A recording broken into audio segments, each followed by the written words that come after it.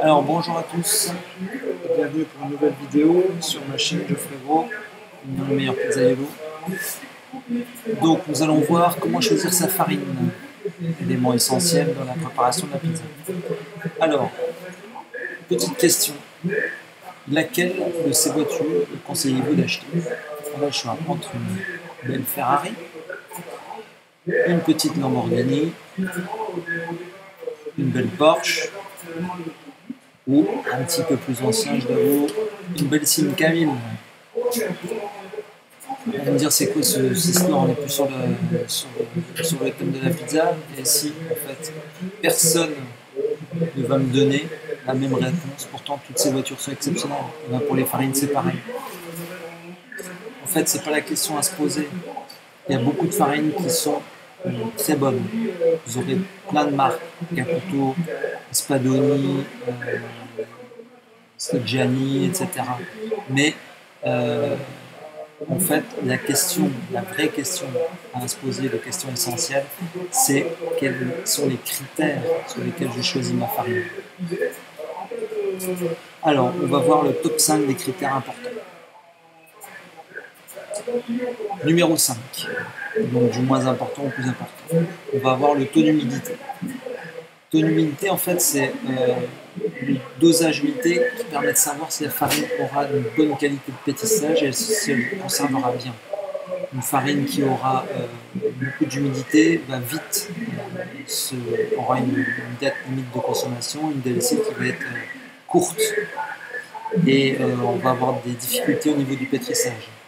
Alors le taux moyen d'à peu près toutes les farines, on est à 15,5%, et ça peut varier en fonction des conditions atmosphériques, ou en fait lorsqu'il y aura la récolte du blé, mais aussi en meunerie, donc c'est l'endroit où on va fabriquer la farine, et aussi au stockage, c'est-à-dire qu'une fois que vous recevez votre sac, si après il est stocké dans un endroit humide, il va se charger en humidité. Donc il faudra bien faire attention à ça. Donc c'est pas un critère ultra primordial, mais c'est quand même important de le savoir. Numéro 4, ça va être le prix. Alors pourquoi je mets ce critère-là? Parce que on en parle souvent. Hein. Oui, mais si je veux faire des bonnes pizzas, je vais acheter une farine tip top, mais du coup, voilà, elle est le double de l'autre farine qui est moins bonne. Du coup, est-ce que ça, on arrête les questions, ça sert à rien. Le prix, en fait, c'est un faux problème. Vous avez raison, en fait, de vouloir contrôler vos coûts matières. Et vous verrez que dans une pizza, c'est pas la farine qui est le plus gros poste au niveau du coût total de la pizza. Donc ne vous prenez pas la tête là-dessus, prenez une belle farine, essayez, et prenez la farine qui vous convient le mieux, avec laquelle vous allez mieux travailler. Mais prenez une très bonne farine faite pour les pizzas. Numéro 3, c'est le niveau de raffinement. Alors là, on arrive dans un thème un peu plus intéressant, c'est-à-dire que toutes les farines, elles sont classées. On a les normes françaises, T45, T55, que vous pouvez voir sur vos paquets de farine en supermarché, T45, T55. Et 0, double 0, ça c'est les normes italiennes. Vous verrez plus, effectivement, au niveau des pizzas, des vendeurs de produits de pizza, ça sera 0, double 0. Alors, ça correspond à quoi? Ça va correspondre au taux de cendre. Le taux de cendre, c'est quoi? C'est en fait, on va prendre 5 grammes de farine qu'on va mettre dans un four à 900 degrés pendant 1 heure et demie. Et ensuite, on va sortir cette farine et on va peser ce qui reste, à savoir les cendres. C'est pour ça qu'on appelle ça le taux de cendre. Et ça va déterminer la pureté de celle-ci. C'est-à-dire que moins vous allez avoir de cendre, plus votre farine elle va être pure. Donc, s'il reste entre 0,45 g et 0,5 g de farine, après l'incinération, ce sera une T45, tout simplement. Donc, plus il va rester de cendre, moins la farine sera raffinée. Donc, moins elle sera blanche, etc. Alors, numéro 2.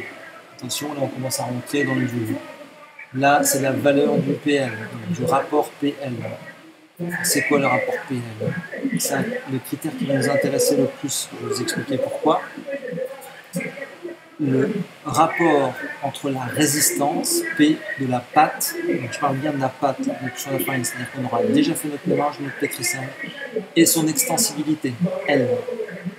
Alors on va bien se mettre d'accord sur les deux termes. La résistance, c'est simple, c'est qu'on va tirer sur la pâte et elle va résister à l'étirement, donc elle ne va pas se déchirer, dans le sens où elle ne va pas se déchirer, pas dans le sens où on n'arrivera pas à l'étirer, elle ne va pas se déchirer.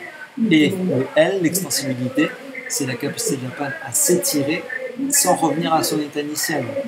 Ça nous intéresse parce que nous, quand on va disquer notre pâte, on va faire un beau rond pour avoir une pâte 33 cm par exemple.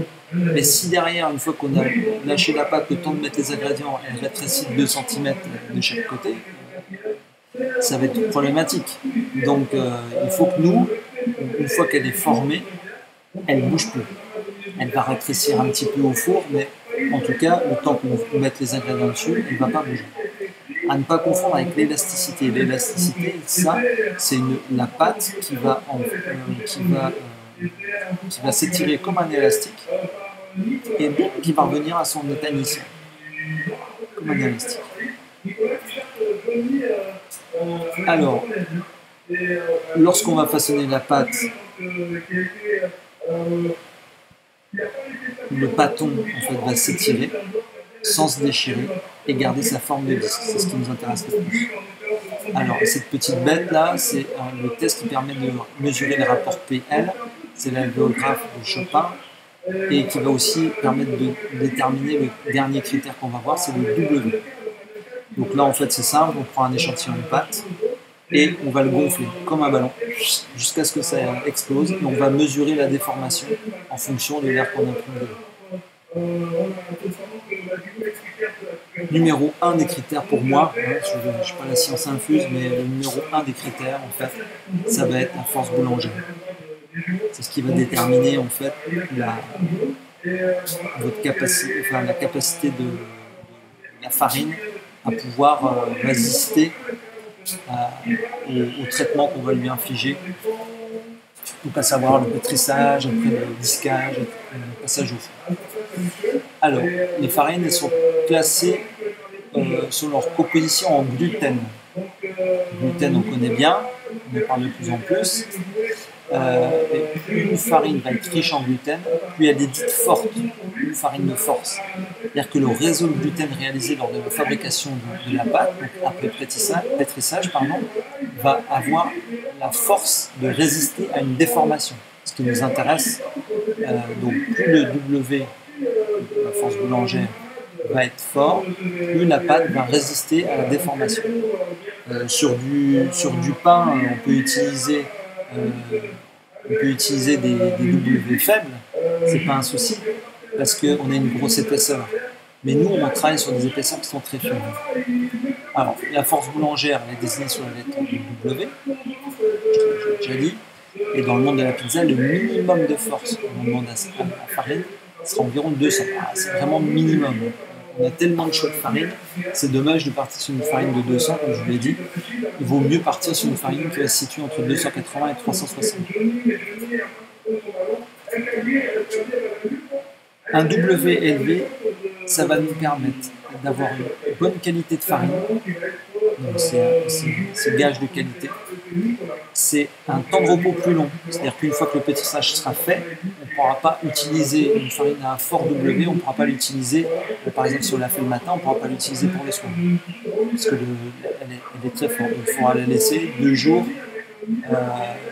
de repos en frigo, 3 jours en frigo, 4 jours en frigo, en fonction du W. Ça on verra, c'est des pousses contrôlées quand on fait au frigo, ou alors à une température ambiante, mais là il ne faut pas que la température de la pièce varie de trop. Donc la température ambiante, forcément les temps de repos seront plus courts, mais ça sera quand même long avec une W, et en frigo ça sera plusieurs jours. Et un temps de conservation plus long. Donc l'intérêt c'est qu'on pourra faire des plus grosses quantités pour pouvoir subvenir aux différents services, donc sur 2 jours, sur 3 jours. dépendra de la taille de votre pétrin, la place que vous avez dans les frigos, etc. etc. Alors, pour résumer, en synthèse, comment on va choisir sa farine? Il nous faut un W supérieur à 280, s'il vous plaît. Il nous faut un rapport PL entre 0,4 et 0,6. Et aussi une classification T45 française, double 0 italienne. C'est-à-dire une farine qui est pure. Tout ça, T45, vous l'avez sur le sac. La farine, vous pouvez le voir. Mais le rapport PL et le W ne sont pas notés dessus. Donc il faudra demander la fiche technique de la farine.